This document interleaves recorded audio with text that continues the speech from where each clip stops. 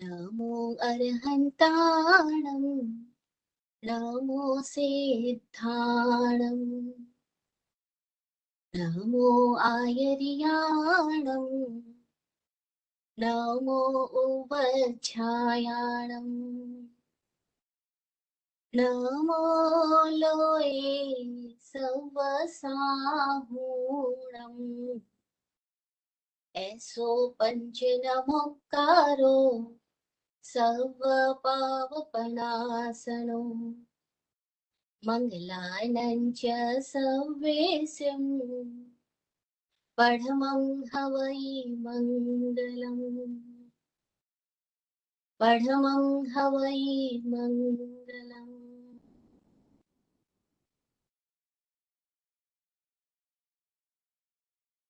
सतगुरुवरे हमें मार्ग सुझा दे, सतगुरुवर हमें मार्ग सुझा दे, अपने जैसा गुणी बना दे, अपने जैसा गुणी बना दे। धन नहीं मांगू तन नहीं मांगू, कुटुंब कबीला जन नहीं मांगू, मन की लहरें बड़ी प्रमादी, मन की लहरें बड़ी प्रमादी, शांति सुधा कर उन्हें बुझा दे। सतगुरुवर हमें मार्ग सुझा दे, अपने जैसा गुणी बना दे। चतुर्वेद तीर्थ आचरण तीर्थेश समण भगवान महावीर स्वामी को वंदन नमन। समस्त भव्य आत्माओं की भव्यता को प्रणाम। आत्मज्ञानी पूज्य विराट गुरुदेव को प्रणाम। तत्वार्थ अधिगम सूत्र के रचनाकार वाचक उमा स्वाति जी को प्रणाम। हे सद्गुरुदेव, हम सब के भीतर अपने अतिशय आभावलय के साथ प्रकट हो, प्रकट हो, प्रकट हो। हम सब अपने सिद्ध स्वरूप का दर्शन प्राप्त करें। ओम।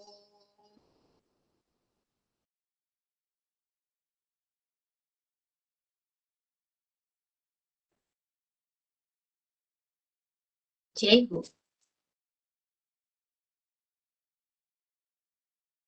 हम तत्वार्थ अधिगम सूत्र के 7वें सूत्र की चर्चा कर रहे हैं, जहां वाचक उमा स्वाति जी कहते हैं, निर्देश स्वामित्व साधन अधिकरण स्थिति विधानतः। इसका पहला सूत्र था प्रमाण नये अधिगमः, जो कहता है प्रमाण और नए से अधिगम होता है।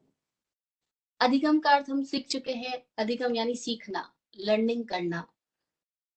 अधिक पास जाना, अधि यानी अधिक, गम यानी जाना, अधिक पास जाना। किसके पास जाना? जो कि ये सूत्र मोक्ष शास्त्र है, तो संसार के पास जाने की बात तो नहीं कर रहा होगा। निसंदेह ये सूत्र स्वयं के पास जाने की ही बात कर रहा है। यह कह रहा है खुद के समीप कैसे जाना है। जो खुद के समीप जाता है, अभी वो जहां खड़ा है वहां पर वह अभी निश्चयात्मक अनुभूति को उपलब्ध हो जाए तो उसका ज्ञान प्रमाण ज्ञान हो जाएगा, वो खुद प्रामाणिक हो जाएगा। निश्चयात्मक अनुभूति यानी स्वयं में प्रतिष्ठित हो जाए, स्वयं को जान ले। और जब वो स्वयं को जान लेगा तो उसकी जो अभिव्यक्ति होगी वह नए ज्ञान होगा। क्योंकि अभिव्यक्ति कभी भी, एक्सप्रेशन कभी भी कंप्लीट नहीं हो सकता, थोरोली नहीं हो सकता, होलसम नहीं हो सकता। एक्सप्रेशन हमेशा ही किसी न किसी तरह की सीमाएं लिए हुए होता है, लिमिटेशन के साथ होता है। जैसे हम छोटा सा एक्सप्रेशन ले, हम सब ने आज दिन तक कितनी बार घी खाया होगा। घी का स्वाद पता है हमको? घी का स्वाद पता है, बचपन से अब तक कितनी बार घी खाया। हमसे कोई पूछे घी का स्वाद कैसा है, बताओ जरा, हम क्या जवाब देंगे? अरे छोटी सी बात है, घी का स्वाद बताना है, बट वी कांट एक्सप्रेस। हमारे पास लिमिटेशन है। हम कहेंगे घी स्वादिष्ट होता है, स्वास्थ्यवर्धक होता है, थोड़ा कुरकुरा सा होता है, गाय का घी हो तो ऐसा, भैंस का घी हो तो ऐसा, हम कितनी सारी व्याख्या कर ले, लेकिन क्या हम घी के स्वाद को अप्रोप्रिएट बता सकते हैं इन वन वर्ड? नहीं बता सकते। अनुभव है, लेकिन अभिव्यक्ति कैसी है? अच्छा घी का तो छोड़ो, पानी कितनी बार पिया? न जाने कितना पानी हम पी चुके हैं, लेकिन कोई हमें पूछे जरा पानी का स्वाद बताइए, तो हम फिर कंफ्यूज हो जाएंगे। हम बोले क्या बोले, पानी का स्वाद कैसा होता है? पानी टेस्टी होता है, पानी समुद्र का है तो खारा होता है, कोई बावड़ी का तो मीठा होता है, ऐसा होता है वैसा होता है, लेकिन फिर भी हम पानी का स्वाद नहीं बता सकते। तो नए क्या है? अभिव्यक्ति है। और अभिव्यक्ति क्या है? हमेशा ही कोई ना कोई व्यू पॉइंट लिए हुए होगी, कोई ना कोई अपेक्षा के साथ होगी, सापेक्ष होगी, सीमित होगी। लेकिन प्रमाण क्या है? अनुभव। तो प्रमाण कहते हैं निश्चयात्मक ज्ञान को, अनुभूति को, स्वदर्शन को, आत्मदर्शन को प्रमाण कहा है। जो लोग आत्मदर्शन को उपलब्ध हुए वो प्रामाणिक पुरुष हुए, वो आप्त पुरुष हुए। और उनकी वाणी, उनकी भाव भंगिमाएं, उनके गेस्चर्स और पोस्चर से जो कुछ भी एक्सप्रेस हो रहा है वो सब कुछ नए हैं। हमारा चलना उठना बोलना बैठना सब कुछ नए हैं। प्रमाण क्या है? प्रमाण कुछ और है। हम किसी को उसके ड्रेस से नहीं पहचान सकते, किसी को उसके भाव भंगिमा से, चलने फिरने बोलने से पहचान तो सकते हैं, लेकिन वो पूर्णतः नहीं पहचान सकते। वो नए ज्ञान होगा, प्रमाण ज्ञान नहीं होगा। प्रमाण तो वही होगा जो अनुभव है। अनुभव निरपेक्ष अवस्था में होता है और अभिव्यक्ति सापेक्षता लिए हुए होती है। अनुभव तभी होता है जब हम अनबायस्ड हो, नॉन जजमेंटल हो। इसीलिए प्रमाण का मतलब है non judgemental experience, unbiased experience, जो संकित की अवस्था में, शुद्ध अवस्था में ही होता है। और वह शुद्ध अवस्था में उपलब्ध अनुभव जब कभी भी अभिव्यक्ति पाता है तो वो नए कहलाता है। तो प्रमाण और नए से अधिगम, खुद के समीप जाया जाता है। हमें दुनिया को जानने की बात में भी ये सूत्र लागू होगा और खुद को जानने की बात में भी ये सूत्र लागू, क्योंकि भगवान के सूत्र, आप पुरुषों के जो वचन है, वो कोई सीमाएं लिए हुए भी तो नहीं है। वो तो असीम को सीमा में संकेतित कर रहे हैं, चिन्हित कर रहे हैं, इशारा कर रहे हैं। और असीम की ओर इशारा है, विराट की तरफ इशारा है। इसलिए उनके जो इशारे हैं वो छोटे में बहुत बड़े हैं। जैसे बोलते हैं गागर में सागर है, इसीलिए उनको सूत्र नाम दिया गया। सूत्र का मतलब फार्मूला है, कंडेंस्ड फॉर्म में है। इसको अगर अप्लाई करोगे तो बहुत विराट हो जाएगा। अब वो अगला सूत्र बात कर रहे हैं, वो प्रमाण नए से जो ज्ञान हो रहा है, जो खुद के समीप जाना हो रहा है, तो खुद के समीप जाने के लिए, प्रामाणिक होने के लिए और क्या स्थिति का विधान किया जा सकता है, और क्या तरीका अपनाया जा सकता है कि वो ज्ञान हमारे भीतर विधानित हो जाए, प्रतिष्ठित हो जाए, हम अपने आप को उपलब्ध हो जाए। तो उसके लिए ये सूत्र दिया गया, निर्देश, स्वामित्व, साधनाधिकरण स्थिति विधानतः। निर्देश यानी इंस्ट्रक्ट करना। अब खुद को इंस्ट्रक्ट करना होगा, क्योंकि बार बार हमारी इंद्रियों को आदत तो बाहर की दिशा में ही जाने की है। कान दुनिया भर को सुनते हैं लेकिन अपनी हार्ट बीट नहीं सुनते। आंखें दुनिया भर को देख रही है लेकिन खुद अपने ही गोलकों को, अपने ही नेत्रों को नहीं देख रही। नाक सबकी सुगंधी ले रहे हैं लेकिन खुद की सुगंधी नहीं आ रही, खुद के पसीने की गंध, खुद के शरीर की गंध, खुद की गंध से हम अभी तक ना वाकिफ है। टेस्ट, बाहर की सारे पदार्थों का टेस्ट ले रहा है, लेकिन अगर उसको पूछा जाए अपना खुद का टेस्ट क्या है, कोई थोड़े लोग जान पाते मेरा टेस्ट क्या है। वो मेरा टेस्ट कहते हुए भी कहते किसी पदार्थ का टेस्ट है, लेकिन बिना किसी पदार्थ के आपका अपना टेस्ट क्या है वो नहीं पता। साथ रहने वाले बता देते कभी कभी, बहुत कड़वा है ये आदमी बहुत मीठा है ये, खट्टा है ये, कड़वा है। वो भी अपने अपेक्षा से बताते हैं, लेकिन हमें अपना खुद का निश्चयात्मक कोई अनुभव नहीं है कि मेरा रस कैसा है, मेरा स्वाद कैसा है, मेरा स्पर्श कैसा है। कोई लोग बता देते हैं स्पर्श ऐसा है वैसा है, लेकिन हमें अपना खुद का स्पर्श नहीं पता। कैसे हम खुद खुद को महसूस कर ले, खुद खुद को स्पर्शित कर ले, खुद खुद को सूंघ ले, खुद खुद को जान ले। ये पांचों इंद्रियां मध्य में खड़ी है। ये घर के दरवाजे की तरह है। जैसे घर का दरवाजा होता है, वो भीतर की ओर भी लेके जाता है, बाहर की ओर भी लेके जाता है, वो बीच में खड़ा है। इसी तरह से इंद्रियां भी डोर स्टेप्स है, वो बीच में खड़ी है। ये बाहर भी ले जा रही है और भीतर भी ले जा सकती है, इसकी पॉसिबिलिटी है भीतर भी ले जाने की। और वो केवल मनुष्य के अंदर ये पॉसिबिलिटी है कि वो अपने पांच इंद्रियों को भीतर की ओर मोड़ सकता है। Only human species can do this thing. इसीलिए उसको सर्वोच्च बताया गया। सर्वोच्च इसलिए नहीं कि वो फिजिकली तौर पे बहुत बलिष्ठ है, बहुत स्ट्रेंथफुल है, नहीं नहीं। हम तो एक छोटे से मच्छर से भी मर जाए, कोरोना आया, दिखाई भी ना पड़े कोरोना का वायरस, और आदमी मर गया, तो हम फिजिकली स्ट्रांग नहीं है।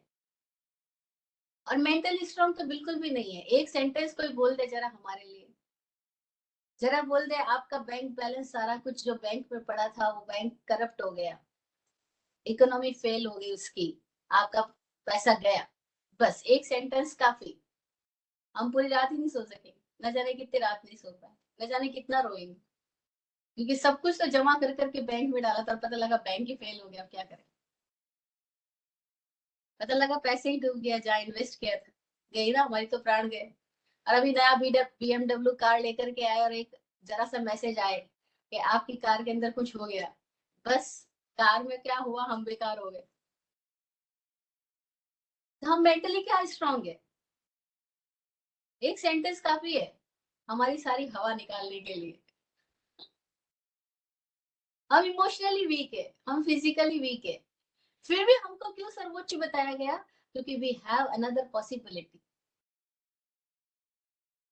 हमारे अंदर एक ये संभावना है कि ये सारी इंद्रियां अगर भीतर की ओर मोड़ ली जाए, तो भीतर में ये खुद को जन्म दे सकती है, खुद सकती है। ये शरीर के कारागृह से मुक्त हो सकती है। ये शरीर में रहते हुए शरीर के से मुक्त हो सकती है, देह में रहते हुए देहातीत हो सकती है, भेद विज्ञान को उपलब्ध हो सकती है। ये संभावना हमारे में है। बस इसी एक संभावना की वजह से मनुष्य को सर्वश्रेष्ठ प्राणी कहा गया, और कोई बड़े कारण नहीं है। तो निर्देश, निर्देश क्या है? खुद को इंस्ट्रक्ट करना कि अब मेरे जानने का विषय जो है वो मैं स्वयं हो जाऊं। क्योंकि मोक्ष शास्त्र बात किसकी कर रहा है? खुद को मुक्त करने की बात कर रहा है ना। तो खुद को मुक्त करना है तो मुझे खुद की तरफ जाना होगा, खुद को जानना होगा। खुद को जानना ही धर्म है। खुद को जानने के लिए हमें क्या करना है? निर्देश देना है खुद की तरफ। तो सतत हमारी इंद्रियों को हम ये मैसेज करते जाए, मुझे अपने आप को देखना है। कैसे उपाय है? क्या किया जा सकता है? एक काम किया जा सकता है, आंखें बाहर देख रही है, कुछ देर के लिए सही, 1 घंटे के लिए सही, आंख बंद करके अपने अंदर जागते हुए देखे। हम आंख बंद तब करते हैं जब नींद आ रही होती है, जब नींद आती है वैसे ही देखना बंद कर देंगे। जब नींद नहीं आ रही है, शरीर में चेतना पूरी है अभी, अब इस टाइम में आंख बंद करके अपने आप को देखना शुरू करें। 1 घंटे का अभ्यास करें। ये अभ्यास शुरू से थोड़ी देर से भी शुरू कर सकते हैं, पर करते करते कम से कम 1 घंटा तक हम बैठने लगे, आंख बंद करके खुद को देखना शुरू करें। और तब एक ही संकल्प हो, बस खुद को देखूंगा, मेरे भीतर क्या हो रहा है उसको देखूंगा। मेरे भीतर कुछ तो हो रहा है, क्योंकि पांचों इंद्रियां अगर बाहर जा रही है और वो डोर की तरह है तो भीतर भी ले जा सकती है। तो भीतर भी कोई दुनिया है, भीतर भी एक जगत है, भीतर से ही बाहर दुनिया आ रही है। हमारी सारी जिंदगी जो है वो भीतर से बाहर की ओर गति कर रही है, और हमारी इंद्रियां जो है वो बाहर ही बाहर देख रही है। अब हम इनको भीतर से बाहर की ओर ले जाना तो जानते हैं, बाहर से भीतर ले जाना सीखे, इसका नाम प्रत्याहार है या प्रतिक्रमण है। अगर पतंजलि की भाषा में कहूँ तो इसका नाम प्रत्याहार है, और भगवान महावीर की देशना के शब्दावली में कहूँ तो इसका नाम प्रतिक्रमण है। और ये प्रतिक्रमण हमारी एक साधना है। क्या साधना है यह?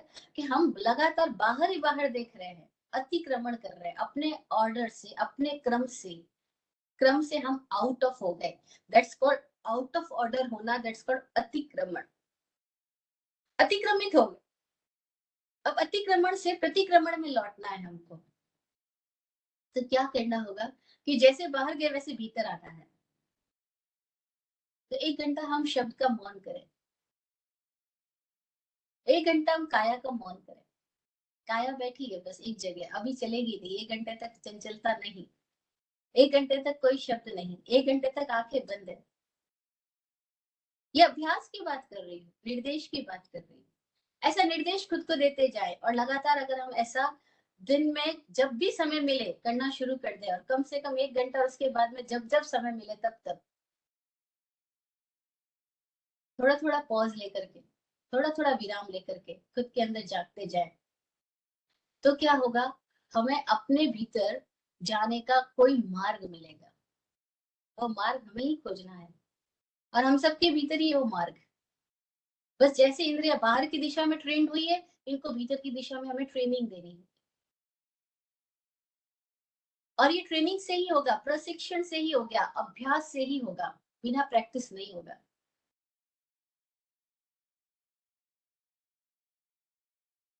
बातचीत चल रही थी, तो एक आदमी ने बोल दिया, practice makes a man perfect. तो वहां लोग भी बैठे थे, इसमें जेंट्स भी थी, लेडीज भी थी। तो लेडीज ने पूछ लिया, भैया सब लोग ये practice makes a man perfect क्यों बोलते हैं, विमन का नाम क्यों नहीं आता? तो दूसरी विमन ने बोला, इसलिए नहीं आता क्योंकि विमन तो ऑलरेडी परफेक्ट ही होती है, मैन कोई परफेक्शन की जरूरत है। इसीलिए practice makes a man perfect, not women, women तो ऑलरेडी परफेक्ट है। तो बात अभ्यास की है, अभ्यास ही करना होगा, बिना अभ्यास नहीं होगा। इसलिए निर्देश कहा, निर्देश देते जाओ, बार बार निर्देश, बार बार इंस्ट्रक्शन देते जाओ। ये बार बार इंस्ट्रक्शन देना हमें हर जगह होता है। जैसे हम जब कार ड्राइविंग हमने सीख रहे थे, उस समय बार बार हमको इंस्ट्रक्शन मिल रहे थे, बी इन लेन, लेन में रहो, बी इन ऑर्डर, ऑर्डर में रहो। आउट ऑफ ऑर्डर जैसे ही जाएंगे वैसे हमारी अब तो मॉडर्न कार खुद ही सिग्नल देने लगते हैं, आप आउट ऑफ ऑर्डर हो रहे हो, आप लेन को कहीं क्रॉस कर रहे हो। तो आपको कार ही खुद इंस्ट्रक्शन दे रही है। ऐसे हमारी बॉडी भी हमें इंस्ट्रक्शन दे रही है, तुम आउट ऑफ ऑर्डर हो रहे हो, खूब खाना खा रहे हो, देखो पहली बार आ गई। अब वो बॉडी इंस्ट्रक्शन दे रही है। अब देखो घुटने हमारे शरीर का वजन झेल नहीं पा रहे हैं, बॉडी इंस्ट्रक्शन दे रही है। आंखें देख नहीं पा रही है, इतनी ज्यादा स्क्रीन पे आंखें मत गड़ाए रखो, दृष्टि कमजोर हो रही है। बॉडी इंस्ट्रक्शन दे रही है, लेकिन कौन सुनता है? फिर जीवन भी इंस्ट्रक्शन दे रहा है, जिससे हम बहुत ज्यादा अटैचमेंट कर रहे हैं, वहां भी झटके लग रहे हैं। जीवन इंस्ट्रक्शन दे रहा है, देखिए अटैचमेंट में जा रही है, आगे स्थिति क्या हो रही है। बैलेंस खोते ही इंस्ट्रक्शन तो आ रहा है, लेकिन हमको इंस्ट्रक्शन सुनने की आदत नहीं रही। We are so mechanical, so unconscious and so habitual, कि हमको कितने भी इंस्ट्रक्शन मिलते जाए, खाना खा रहे होते पेट बोलता है हो गया, हल्की सी डकार आने से पहले भी पेट बोल देते, फिर डकार आके सेकंड इंस्ट्रक्शन दे रहा होता है, हो गया। फिर हम क्या कहते हैं, रहने दो। काजू की कतली कभी कभी तो मिलती है, इंडिया से अभी अमेरिका मिली है तो खा लो, ज्यादा ज्यादा खा लो। अमेरिका में कब कब आती है इंडिया का मिठाई, वो भी तो खा लो। बस हमारे बॉडी इंस्ट्रक्शन कुछ और दे रही है, और हमारा लालच कुछ और कह रहा है। फिर आखिरकार इन दोनों की लड़ाई के बीच में हमारी वोटिंग और सपोर्टिंग सारी की सारी किसको चली जाती है?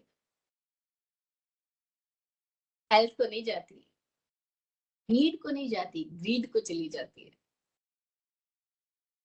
हम नीड की जिंदगी नहीं जी रहे, हम ग्रीड की जिंदगी जीने लग जाते हैं, और लालच हमें ना जाने कहाँ ले जाता है, बेलगाम है तो। और इस तरह से हम सामान इकट्ठा करते जाते हैं।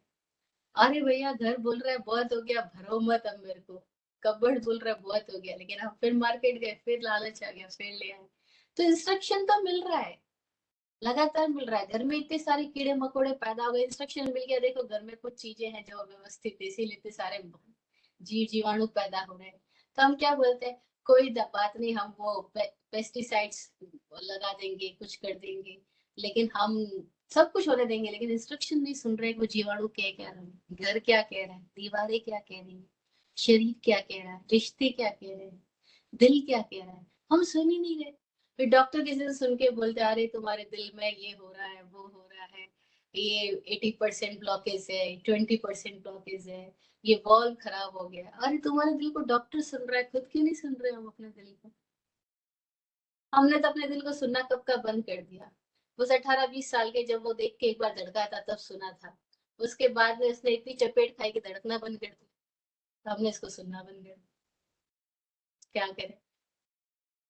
तो हम इंस्ट्रक्शन ले ही नहीं रहे, ना तो अपनी बॉडी से ले रहे हैं, ना अपने जीवन के स्थितियों से, घटनाओं से ले रहे हैं। हर घटना इंस्ट्रक्ट कर रही है, हर घटना एक निर्देश लेकर आई है। अस्तित्व का जर्रा जर्रा, कण कण बोलता है। एक रेत का छोटा सा कण भी हमसे बात करता है। जो किचन में एक्सपर्ट लोग होते हैं, पिछले कुछ दिनों में मेरा उनके साथ बातचीत हुआ, थोड़ा अनुभव हुआ। वो कहते हैं किचन में हम जाते हैं तो मसाले खुद बात करते हैं, सब्जी खुद बात करती है, इसमें कितने मसाले पड़ने, कितने नहीं पड़ने। हमने कभी सीखा नहीं, हम तो अंदाज से करते हैं, मसाले खुद बोलते हैं, और फिर खाना खुद पक के तैयार होता है। हम तो बस उसमें अपना एक छोटा सा रोल प्ले करते हैं। अरे वाह, ये मजेदार एक्सपीरियंस है। ऐसे ही आप लोगों की फाइल्स बोलती है, लेकिन जो बोल रही है उसको कौन सुन रहा है? हम निर्देश ले रहे हैं कि नहीं ले रहे? जो निर्देश ले रहा है, अच्छा ड्राइवर क्या बोलता है? अच्छा ड्राइवर कहता है कि कार हमसे खुद बात करती है। के पास कार है तो कार, स्कूटर है तो स्कूटर। कहती कार खुद बात कर रही है हमसे। कार बोलती है अभी ये वाला पार्ट कुछ गड़बड़ होने वाला है, अब बस हम सुन लेते हैं। उनकी कार हमसे बात कर रही है। हमारा कंप्यूटर हमसे बात कर रहा है या नहीं कर रहा? नहीं, हम कंप्यूटर के माध्यम से बात कर रहे हैं, पर कंप्यूटर खुद हमसे बात नहीं कर रहा। हम मोबाइल के माध्यम से बात कर रहे हैं, पर क्या मोबाइल भी हमारा बात कर रहा है हमसे? मोबाइल भी कह रहा है अगर बहुत गर्म हो गया थोड़ा रेस्ट दे दो मेरे को। ये हम नहीं सुन रहे, हम इंस्ट्रक्शन सुन नहीं। हमें जरा सा होश पूर्वक अगर हम मोबाइल को हाथ में पकड़े रहे ना, तो हमारे हाथ की अंगुलियां इंस्ट्रक्ट करेगी बस बहुत हो गया, अब इसको बाहर कर थोड़ा। क्योंकि वो जो इलेक्ट्रिसिटी मोबाइल्स की तो हमारे हाथों में आ रही है, वो हाथों के अंदर कुछ, फिंगर्स के अंदर कुछ चेंजेस ला रही है, लेकिन हम सुन ही तो नहीं रहे। We are not conscious. वो फिंगर्स बोल रही है बहुत हो गया, लेकिन हम नहीं सुन रहे। तो निर्देश कहाँ से नहीं आ रहे? हमारे चारों ये जो झाड़ है ना, ये लाइव है, ये पेड़, ये भी बात कर रहा है, लेकिन हम नहीं सुन रहे। वो सुन रहा है हमारी सारी बातों को। उसको समझ आ रहा है घर में झगड़ा हो रहा है तो भी उस पेड़ों को पता लग रहा है, घर में म्यूजिक बज रहा है तो भी पेड़ों को पता लग रहा है। और वो पेड़ भी हमें इंस्ट्रक्शन कर रहे हैं क्या मौसम क्या होने वाला है, अब परिस्थिति क्या आने वाली है। But we are not watchful. हम दृष्टा है ही नहीं, हम साक्षी है ही नहीं। हम तो विचारों में खोए मदमस्त प्रमादी जीव है। तो कौन निर्देश सुनेगा?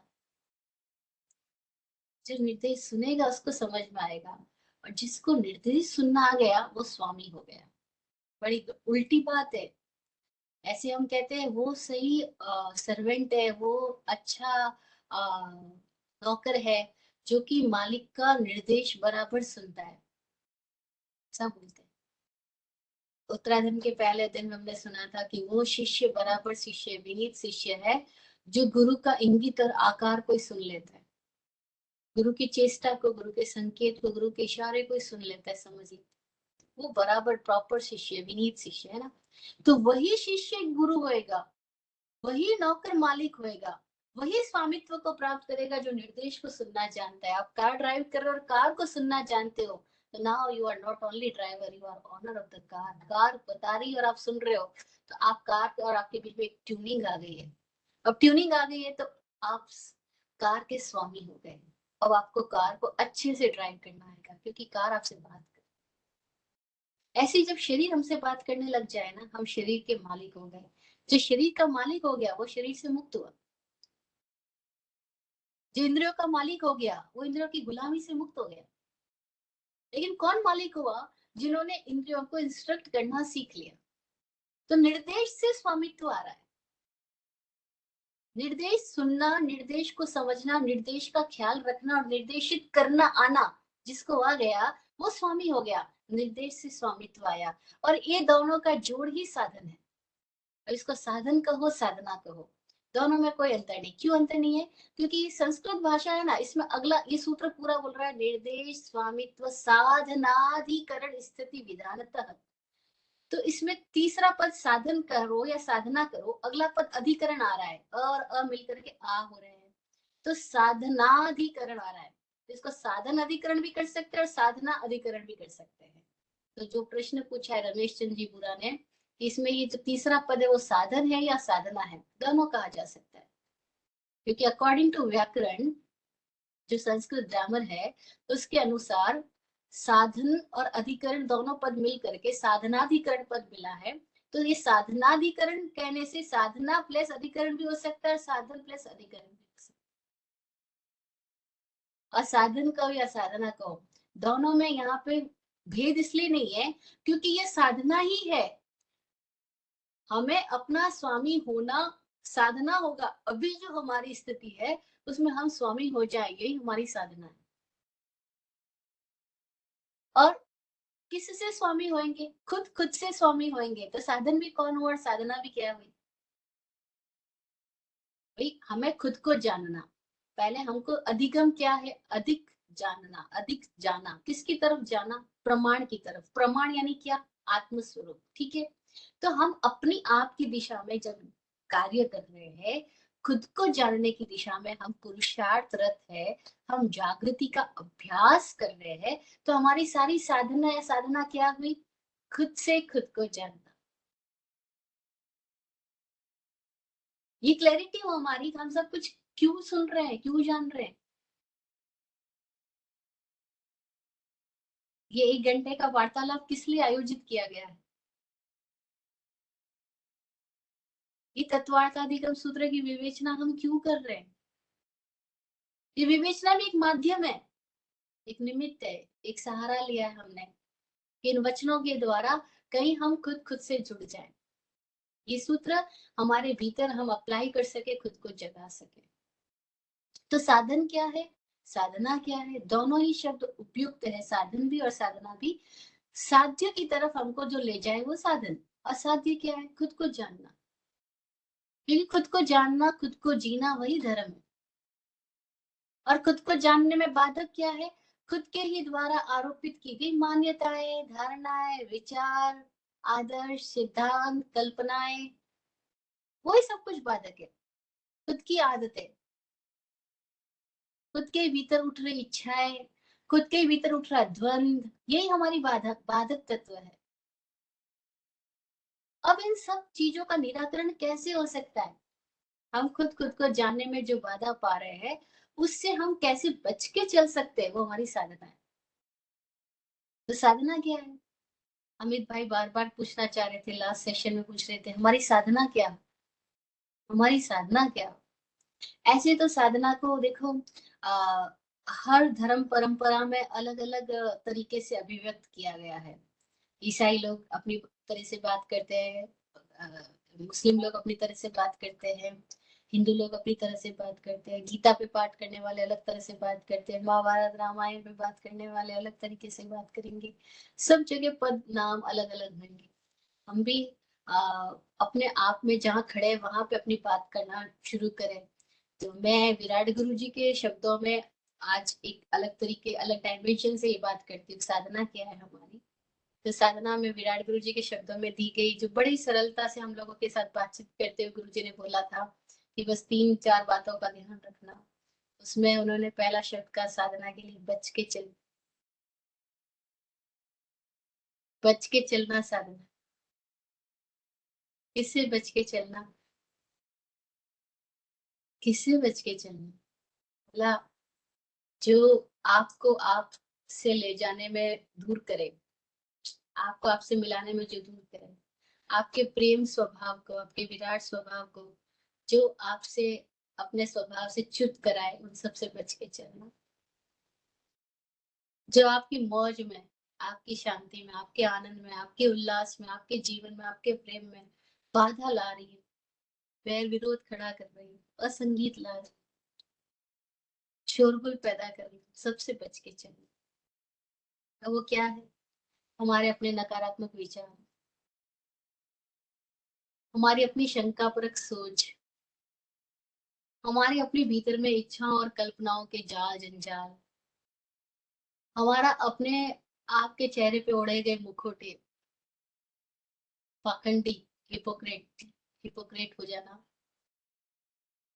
हमारे अपने भीतर मौजूद भय, लालच, आकर्षण विकर्षण, झूठ कपट, इन सब से हमको बच के चलना।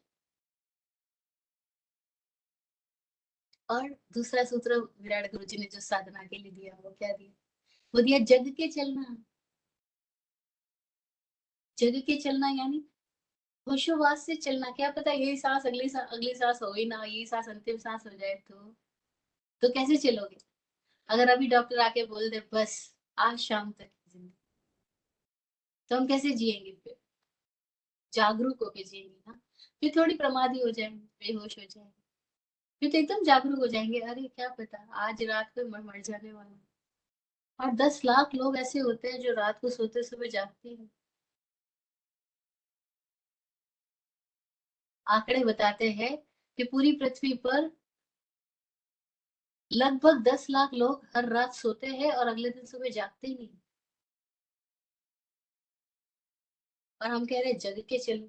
जग के चलो मतलब क्या पता ये अगला सांस आएगा कि नहीं आएगा, ये सांस में जाग जाए। वो गाना है ना बहुत प्यारा, सांसों की,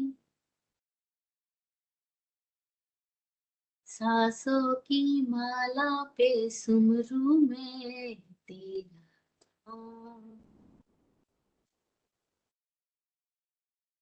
सांसों की माला पे, वो लकड़ी की माला पे नहीं गिरना है, सांसों की माला पे सुमरू में तेरा नाम। मतलब सांस सांस में जागृति आ जाए। सांस भी ले रहे तो पूरी जाग के साथ सांस ले। कदम चल रहा है तो जाग के साथ कदम उठे।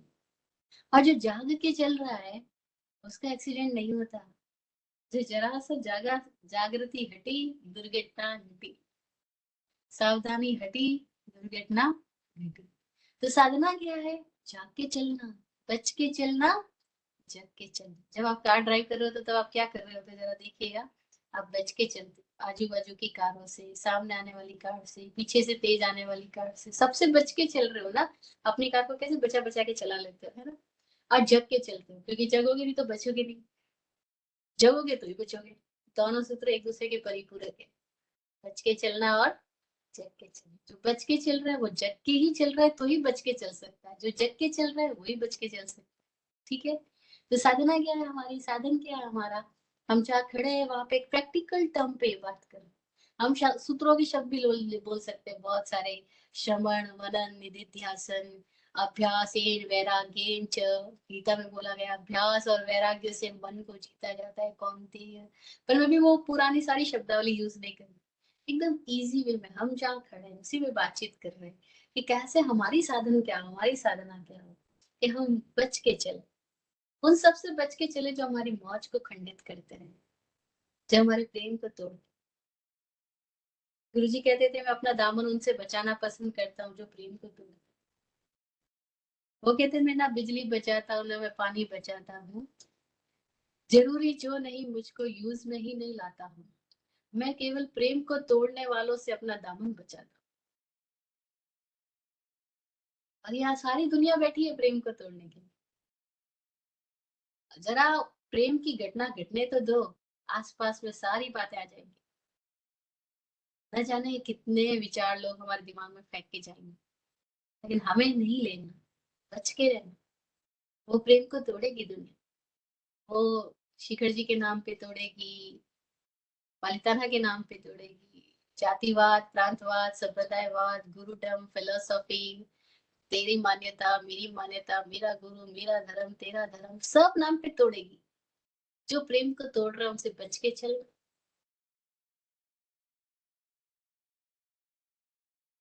और जग के चलना। तीसरी साधना क्या है? बच के चलना, जग के चलना। तीसरा महत्वपूर्ण सूत्र विराट गुरु जी मजेदार सूत्र देखे है। वो कहते हैं हंस के चलना, सीरियस मत हो जाना। क्योंकि लोग धर्म के नाम पे एकदम सीरियस हो जाते हैं। ऐसे धार्मिक लोगों से तो लोग बचते हैं, या तो धार्मिक है इसके पास ही मत जाओ, ये बोर आदमी, बोर्डम। क्योंकि वो हंसेगा ही नहीं, वो जीवन के प्रति उल्लास से ही नहीं भरा हुआ है। उसको दूसरे लोगों को मिलके उदारता और प्रेम पैदा ही नहीं हो रहा है, तो वो धार्मिक कैसे हो सकता है? धार्मिक तो वो है जो हंसता है, जी है। तो तीसरी साधना क्या है? अमित भाई बड़े इंटरेस्टिंग थे। साधना बताना हमारा साहब, प्लीज साधना सीखनी है मुझे, साधना क्या होती है। मैंने स्वामी जी से पूछा, स्वामी जी साधना क्या होती है बताओ ना। स्वामी जी बोलते साधना एक हीरोइन का नाम, बड़ी फेमस हुई, और फिर उसके नाम पे फेमस हो गए उसके बाल, साधना कट।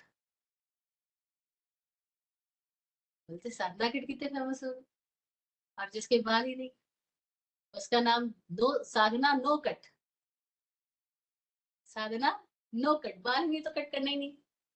और स्वामी जी वैसे ही बोलते हैं, क्योंकि उनके बाल बहुत है, वो कट करते नहीं है कभी, कैंची नहीं लगाते। बोलते बालों में इतनी संवेदना है, उनको कैसे कष्ट दे सकते हैं, तो कैंची भी नहीं लगाते।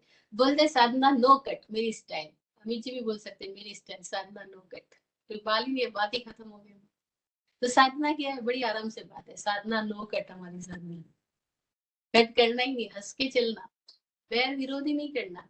कोई कितना भी बकवास कर रहा है, हमें क्या, हमें हंसना, खूब हंसना, खूब हंसना, बस हंसते हुए आगे बढ़ना। नहीं तो लोग तो जरा सी एक बात अपनी मान्यता के खिलाफ सुन ले ना, वही अटक जाते हैं।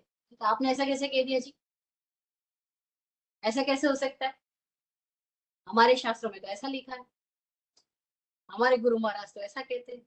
और वो लोग तो ऐसी बातें मंदिरों में करते हैं, स्थानकों में करते हैं, उपाश्रय में करते हैं, प्रवचनों में करते हैं। और सब बोलते हैं बड़े सत्संग हुआ जी, बड़ा प्रवचन हुआ जी, बड़ा धार्मिक लोग है जी। ये वाद विवाद कर रहे, कोई धार्मिक है ये?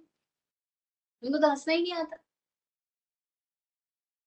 अरे जो अपने आप पे हंस सके, अपनी मूर्खताओं पे हंस सके, कितना पागल है। कल भी गुस्सा किया, आज भी गुस्सा कर रहा है। अरे वाह, खुद पे हंस गया, खुद की मूर्खता पे हंस गया। तो जो खुद की मूर्खताओं पे हंस सके, वो आदमी धीरे धीरे मूर्खता से बाहर आ जाएगा। और जो दूसरों की मूर्खताओं पे हंसता जाएगा, वो आदमी धीरे धीरे और ज्यादा मूर्ख बनता जाएगा। और हम सब वही तो कर रहे हैं। हम दूसरों की मूर्खताओं पे हंसते हैं, खुद की मूर्खता पे नहीं हंसते। ये कैसी मूर्ख है ये? कल शरीर ने बीमारी होकर के एक ऐलान किया था, देख कभी भी जा सकता हूँ। और आज जैसे ही शरीर ठीक हुआ, मैं फिर मदमस्त हो गई। फिर एक्स्ट्रा खाने में, एक्स्ट्रा गाने में, एक्स्ट्रा बोलने में चला गया। अरे कल अतिक्रमण किया था, उसका बहुत परिणाम हो गया था, आज फिर अतिक्रमण करने चला गया। कैसा मूर्ख हो रहे। खुद पे ही हंसना, सोने से पहले जोर जोर से हंसना, जागने के बाद जोर जोर से हंसना, अकारण भी हंस लेना। और जो हंस सकता है वो हल्का फुल्का हो सकता है। हंसना यानी अगंभीर होना, हंसना यानी अहंकार छोड़ पाना। अहंकारी आदमी हंस नहीं सकता, और सो कॉल्ड धार्मिक आदमी हंस नहीं सकता। हमारे यहाँ पे धार्मिक होने का मतलब ही बता दिया गया, जो एकदम डैम सीरियस। बस यही है, वो गुणस्थानों पे चढ़ रहा है क्योंकि एकदम सीरियस आदमी है ये धार्मिक। बस यही हम फंस गए। जो हंस ही नहीं सकता प्राकृतिक रूप से, नेचुरली, वो आदमी तो अहंकार से कभी मुक्त हो ही नहीं सकेगा। हंसना हमारे को हमारी सीमाओं से हटा देता है। हमारी जो बाउंड्रीज जिसको हमने जकड़ रखा है, उससे हम पिघलने लगते हैं। और मैंने सुना है आजकल जो मेल्टिंग सैंडविच होते हैं, बहुत फेमस हो रहे हैं। कल किसी ने हमको भी खिलाए थे मेल्टिंग सैंडविच। तो जो मेल्ट हो रहा है वो सैंडविच मजेदार हो रहा है, टेस्टी था। यानी जो मेल्ट हो रहा है, जो हंस रहा है, वो मेल्ट हो सकता है। जो हंस नहीं रहा है वो धीरे धीरे धीरे धीरे जकड़ जाए, वो शिकायतों का पुंज बन जाए। और जो शिकायतें इकट्ठी कर रहा है उसकी हंसी गायब हो जाएगी। जो सबकी कमियां देख रहा है उसकी हंसी गायब, जो सब में अवगुण देखे जा रहा है उसकी हंसी गायब हो जाएगी। और जो हंस सकता है हर स्थिति के अंदर, हर स्थिति के अंदर हंस सकता है, वो आदमी ठीक पथ पे जा रहा है। वो साधना के लोगों के लिए तो बेबूज हो जाएगा। पागल, इतनी सी बात पे कोई हंसता है? पागल है बिना बात के कोई हंसता है?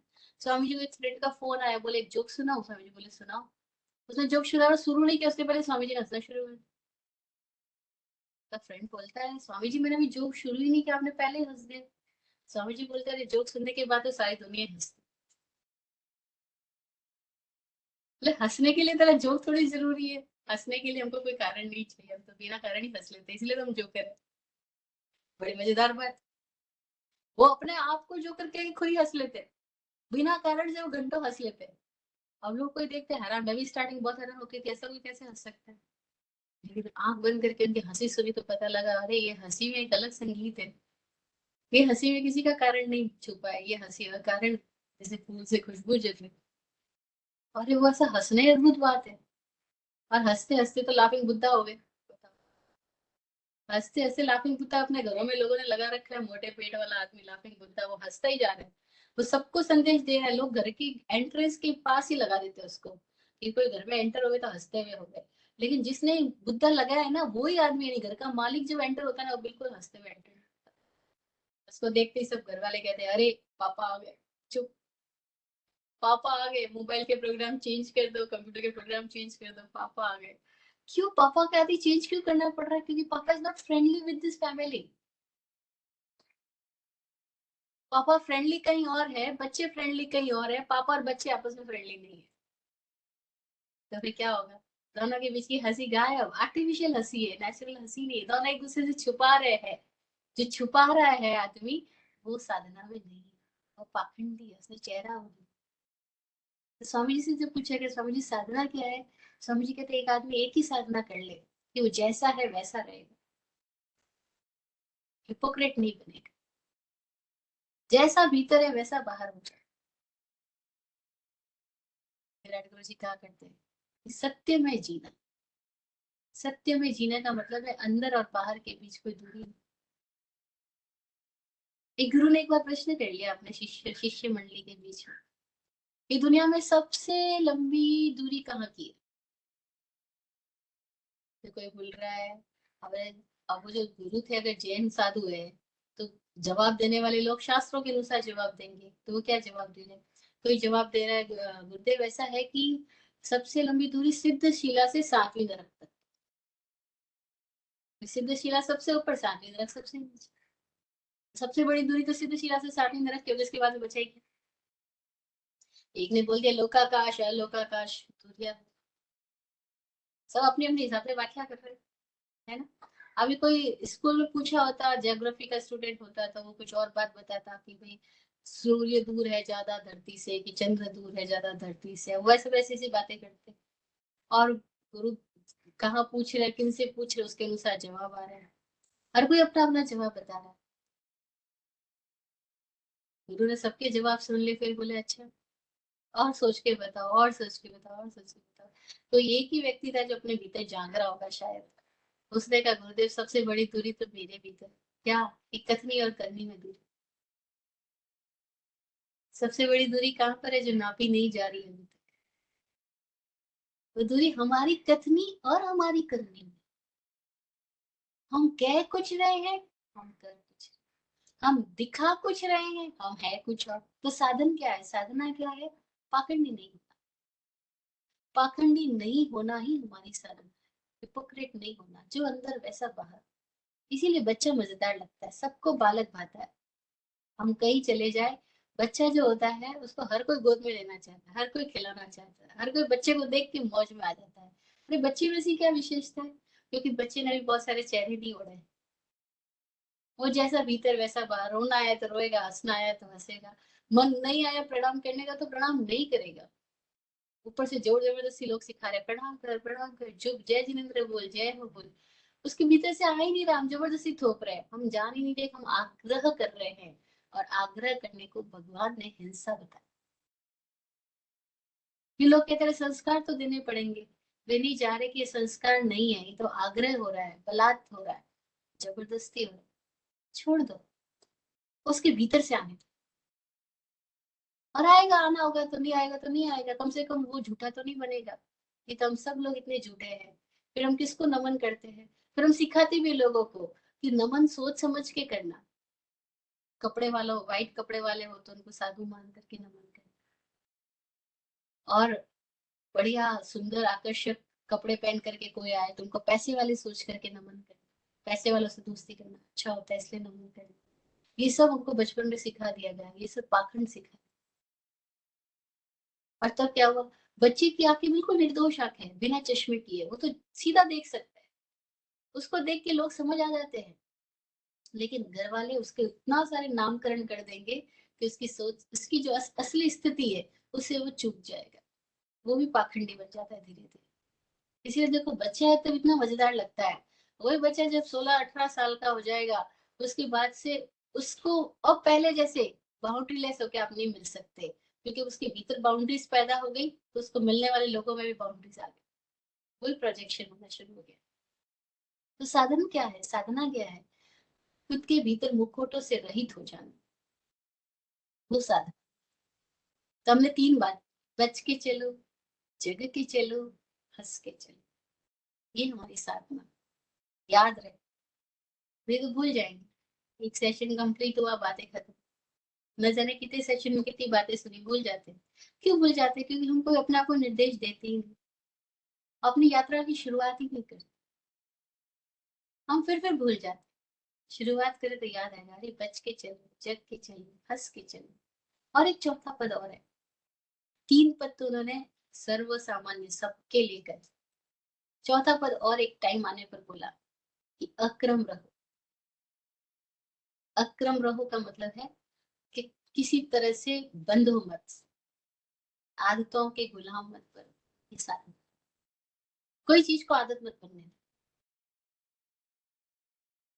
और हम लोग क्या करते हैं, हम हर एक चीज को आदत बनाते, और ये आदतन जीना, मैकेनिकल जीना, बस यही वह चीज है जो हमें अपने आप से भटका रही है। और मैकेनिकल होने की बजाय कॉन्शियस हो जाना, वही एक चीज है जो हमें लगातार अभ्यास से खुद को साधना, सजग होना।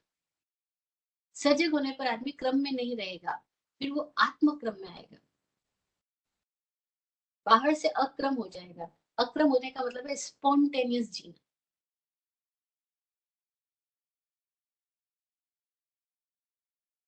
स्पॉन्टेनियस जीना, बिना किसी नियोजना, आयोजना, प्रयोजना के जीना, कोई प्री प्लानिंग नहीं है। जीवन जैसा आएगा उसको वैसे रिस्पॉन्ड करेंगे। और हम लोग क्या करते हैं, हम पहले से ही सब तैयार कर लेते हैं, लेक्चर प्रिपेयर कर लेते हैं, क्या बात करनी, डायलॉग्स प्रिपेयर कर लेते हैं, फिर सामने वाला वापस मेरे डायलॉग पे क्या डायलॉग बोलेगा, फिर उसके डायलॉग को भी माइंड में प्रिपेयर करके उसके लिए भी वापस एक डायलॉग प्रिपेयर कर लेते हैं। इतना अपने माइंड को भारी बना के हम जीते, हम स्पॉन्टेनियस जीना नहीं जानते। और जो स्पॉन्टेनियस जीना जानता है, अक्रम जीना जानता है, बस उसको जीना आ गया, उसको साधना आ गई, क्योंकि वो जीवन के साथ तालमेल करके चलेगा। और जो अपने जीवन के साथ तालमेल करके चल रहा है, वो किसी और को समझ आए या ना समझ आए, लेकिन अपने भीतर वो सहज स्वाभाविक लयबद्ध होने से मौज को पाएगा, और वो खुद का स्वामी होने लगेगा। अब उसकी मौज, क्योंकि वो अपने जीवन की सहज स्फूर्णाओं को सुनते हुए जी रहा है, तो उसकी मौज को कोई छीन नहीं सकता। और हमारे सबके साथ क्या होता है, हम अपने ही जीवन की सहज स्फूर्णाओं को नहीं सुन रहे, अपने भीतर उठ रही स्थितियों को हम नहीं देख रहे हैं, हम उसके साक्षी नहीं हो रहे, हम अपने आप के प्रति सजग है ही नहीं, हम तो एकदम मैकेनिकल जिंदगी जी रहे हैं। बस कोई आता है, स्विच ऑन कर देता है, और हमारे भीतर वैसे वैसे प्रोग्राम स्टार्ट हो जाते हैं, फिर कोई स्विच ऑफ कर देता है, हमारा मूड ऑफ हो जाता है। हम मैकेनिकल जिंदगी जी रहे हैं, यही हमारी गैर साधनात्मक स्थिति है। साधन क्या है, साधना क्या है, खुद को जगाना। खुद को जानना है तो खुद को जगाना होगा, क्योंकि खुद को खुद से जानना है, और दुनिया भर का ज्ञान गूगल पे मिल जाएगा। एक बार किसी घर में मैं इनवाइटेड थी, और बहुत सारे यंगस्टर्स और बच्चे सब बैठे थे मेरे चारों ओर। तो सवाल जवाब हो रहे थे, वो लोग भी कुछ पहेलियां पूछ रहे थे, किस्से बता रहे थे, मुझे भी कह रहे थे कुछ सवाल पूछो। तो मैंने कहा अच्छा, मैंने बहुत सारे कुछ कुछ सवाल पूछे, तो उन्होंने गूगल पे फटाफट आंसर देकर बता दिए। फिर मैंने कहा अच्छा बताओ आप कौन हो, आप अपने बारे में बताओ कौन हो? तो एक लड़के ने तो बकायदा गूगल में क्वेश्चन डाल दिया, हु एम आई। अब गूगल के पास आंसर ही नहीं। सर्च योरसेल्फ, खुद को ही जानना पड़ेगा। अप्पा अपम विजानाति जेवा उत्तम नाणिनो। उत्तम ज्ञान का ये लक्षण है कि खुद खुद को खुद से जानो। और बस वही हम चूक जाते हैं। तब हम क्या करते हैं, दूसरों से खुद के बारे में पूछना शुरू कर देते हैं। और जैसे ही हमने दूसरों से खुद के बारे में पूछना शुरू किया, अब हम गुलाम हो गए। अब हम स्वामी नहीं हो सकते कि दूसरा नचाएगा हम नाचेंगे, वो चलाएगा हम चलेंगे। नहीं, दूसरे हमारे बारे में क्या कह रहे हैं इससे हमें जरा भी फर्क नहीं पड़ना चाहिए, क्योंकि दूसरे जो भी कुछ भी हमारे बारे में कह रहे हैं वो हमारे बारे में नहीं कह रहे, वो अपने व्यू पॉइंट को बता रहे हैं कि उनका नजरिया ऐसा है। वो हमको जान ही नहीं सकते। क्यों नहीं जान सकते? क्योंकि उन्होंने खुद को ही नहीं जाना, इसलिए हमको भी नहीं जान सकते। और एक नियम है कि हम जितना खुद को जान सकते हैं, हम खुद के भीतर जितना जा सकते हैं, उतना ही हम किसी विषय वस्तु के भीतर भी जान सकते हैं, किसी अन्य को भी जान सकते हैं। उससे ज्यादा जान नहीं सकते। और हम सबको एक बड़ा इल्यूजन है, भ्रम है। हमें लगता है उसका नाम आती है, हम कहते हैं अरे मैं तो उसको जानता हूँ, अरे मैं तो उससे मिला, अरे वो तो मेरे घर पे आके गए, जैसे ही हम जान ही गए। हमने एक छोटा सा एक झलक देखा, एक रेत के कण जितना भी नहीं देखा, पर हमको लगता है वो मैं तो पूरे मरुस्थल को जान गया। नहीं जान, क्योंकि हम खुद को नहीं जाने, दूसरों को कैसे जान सकते हैं? तो साधना सारी क्या है? खुद को जानने के साथ खुद के मार्ग पर जा रहे हैं, खुद प्रामाणिक होने के मार्ग पर जा रहे हैं। तो हमारी साधना क्या होगी कि हम मैकेनिकल ना रहे, कॉन्शियस हो जाए। और हम कहाँ का मैकेनिकल है, इसके लिए हमें ही अपने आप को जगाना होगा। जगाने के लिए हमें अभ्यास करना, प्रैक्टिस, प्रैक्टिस इज एसेंशियल, आवश्यक है। इसी प्रैक्टिस को भगवान वामी ने शिक्षाव्रत नाम, जगाने के लिए उन्होंने शिक्षाव्रत दिए, 4 शिक्षाव्रत दिए। सामायिक, देशावकाशिक, पौषध और अतिथि संविभाग, ये 4 शिक्षाव्रत दी। उन्होंने कहा जो तीर्थ है जिसको तिरना है उसको अभ्यास करना होगा।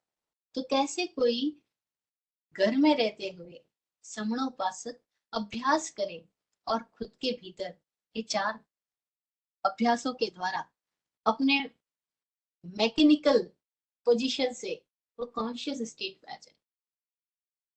तो सामायिक का मतलब क्या दिया? 48 मिनट तक नॉन डूइंग स्टेट, कुछ भी नहीं करना 48 मिनट तक, दैट्स कॉल्ड मेडिटेशन।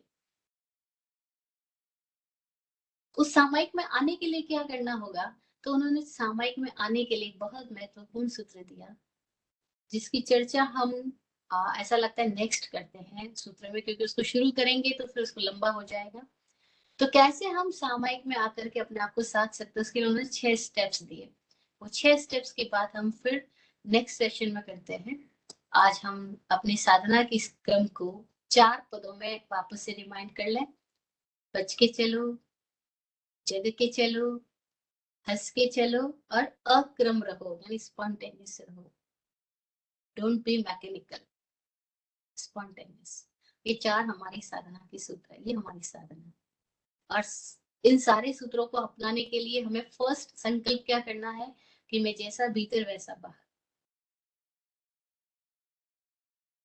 ईमानदार, पहला और महत्वपूर्ण पद है ईमानदार।